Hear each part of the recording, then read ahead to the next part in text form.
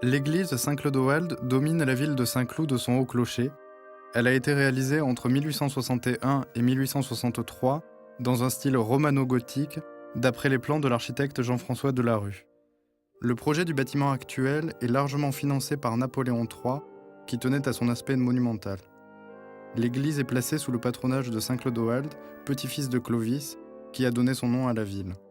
À l'intérieur de l'église, la nef de 46 mètres de long mêle arc en plein cintre roman et croisée d'ogives gothiques. En 1863, le chœur est orné d'un tableau de Michel Dumas offert par l'empereur, le Christ en croix. Il se trouve désormais au-dessus de l'entrée de l'église.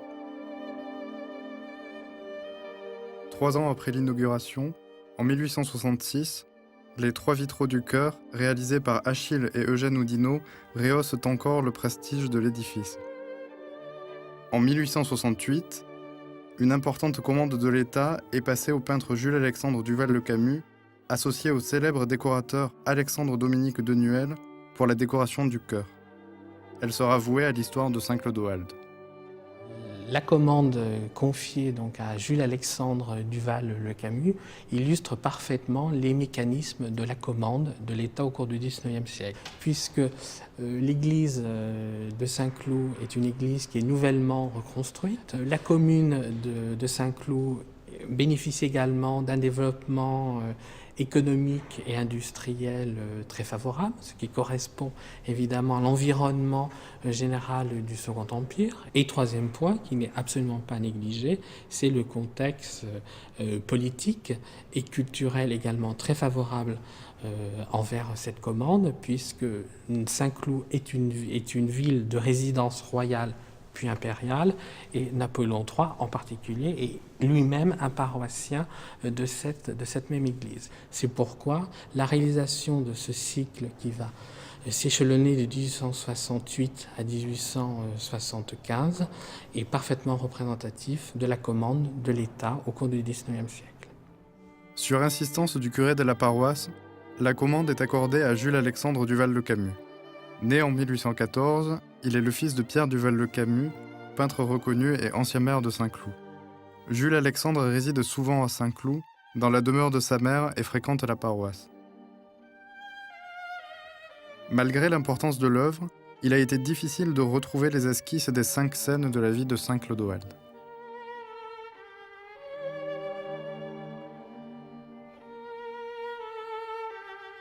Au cours du XIXe siècle, l'État, lorsqu'il achète ou il commande des œuvres à un artiste, n'a pas pris l'habitude d'institutionnaliser la pratique de garder devers lui tout ce qui est maquette, modèle ou esquisse préparatoire. Ces œuvres sont souvent remises, ce sont les termes, remises à l'artiste pour l'exécution de l'œuvre ou du modèle. Ce n'est qu'au cours du XXe siècle que l'État va institutionnaliser la pratique de les garder et de leur donner une existence juridique, en particulier en leur attribuant un numéro d'inventaire. Dans une vente de juin 2002, 5 esquisses, supposées représenter la vie de Saint-Bernard, sont attribuées à un anonyme français du XIXe siècle.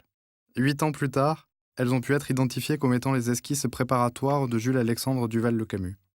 Leur intérêt, outre qu'elles témoignent du processus créatif de Jules-Alexandre Duval-le-Camus, c'est qu'elles permettent pour le panneau central de redécouvrir son aspect originel, c'est-à-dire que sa partie inférieure représentait bien la ville de Saint-Cloud, partie inférieure qui n'existe plus désormais aujourd'hui. Pour cet artiste spécialisé dans les œuvres de piété, cette commande apparaît comme le point d'orgue de sa carrière. Le programme iconographique des peintures du chœur parle aux paroissiens car il met en valeur l'histoire de leur saint patron. Il s'agissait de représenter dans l'Église celui qui était non seulement le fondateur de la ville, mais qui était surtout le patron protecteur de la paroisse, Saint-Cloud. Il est là, comme on dit, en apothéose, c'est-à-dire que c'est après sa mort, il est dans le ciel.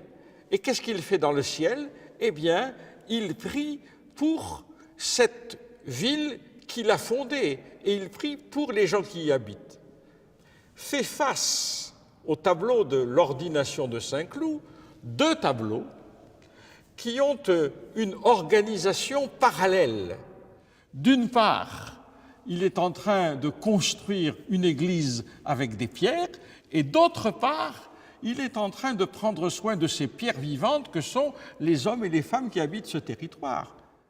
Au-dessus des tableaux sont représentés comme traditionnellement, d'une part, les 4 évangélistes, et d'autre part, les 3 vertus principales que sont l'espérance, la charité et la foi.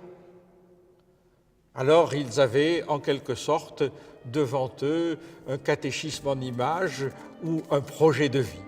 L'implication des paroissiens est d'autant plus perceptible que ce sont eux qui paient la partie d'ornementation confiée au célèbre peintre Alexandre-Dominique de Nuel.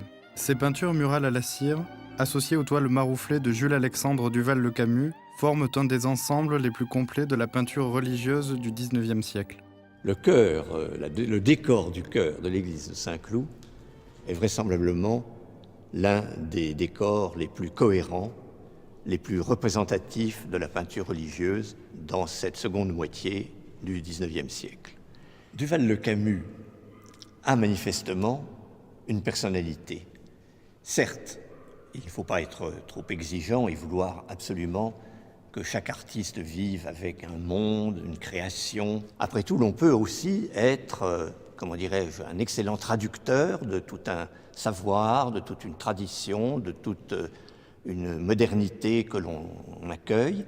Et c'est un peu sûrement même, ce que représente Jules Alexandre, qui, de ce point de vue-là, est, un artiste qui donne très exactement, peut-être, l'ambition du moment. Et vraisemblablement, un des points les plus intéressants, c'est ce goût pour la couleur intense, pour ces taches, des roses, des verts, des bleus, des rouges, très stridents, qui sont là comme, en quelque sorte, pour faire vivre et tournoyer cette peinture. Et je crois que là, il y a en tout cas manifestement quelque chose qui est propre à Duval-le-Camus fils. Parmi les 11 autres commandes confiées par l'État à l'artiste entre 1842 et 1875, citons Saint-Sébastien délivré par les Saintes Femmes et le repos pendant la fuite en Égypte, tous deux dans l'église de Derval, le Christ au tombeau pour l'église de Roubaix, au même titre que Jésus au mont des Oliviers, Sainte Élisabeth de Hongrie distribuant ses aumônes, conservé au musée municipal de Bergue, et enfin, le portrait de Michel Anguier, au musée des Beaux-Arts de Rouen, unique commande non religieuse passée à Jules-Alexandre Duval-le-Camus.